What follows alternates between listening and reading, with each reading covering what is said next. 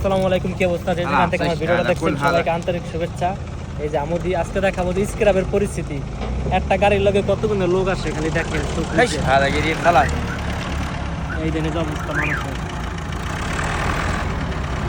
গাড়ি একটা এসে 100 লোক ভরা। এই যে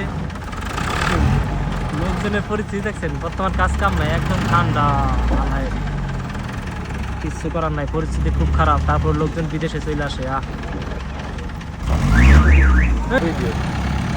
এইটা হচ্ছে আলহাইরের অবস্থা। একটা গাড়ির সাথে কতগুলো লোক, 50টা লোক এসে বসে থাকেন। এটাই মনে করেন স্ক্র্যাপ অবস্থা দেখছেন। একটা গাড়ির লোকে কয়টা মানুষ আসে? 20-30টা মানুষ, 100 মানুষ হবে। এই যে এখানে গাড়ি আসে স্ক্র্যাপের, আর মানুষের ভিড় দেখেন কি অবস্থা। এই হচ্ছে পরিস্থিতি একদম।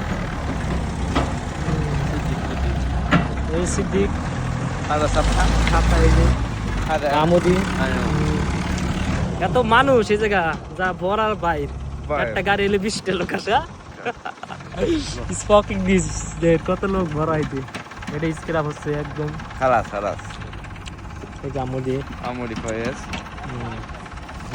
বর্তমান কাজ কাম নাই, মানুষ বসে রয়েছে, কামের জ্বালা, কাজ নাই। এই দেখছেন একটা গাড়ি আইলে কতগুলো মানুষ থাকে। এই দিন 20-30টা 50টা মানুষ। একটা গাড়ি এলে লোকজন অভাব নাই।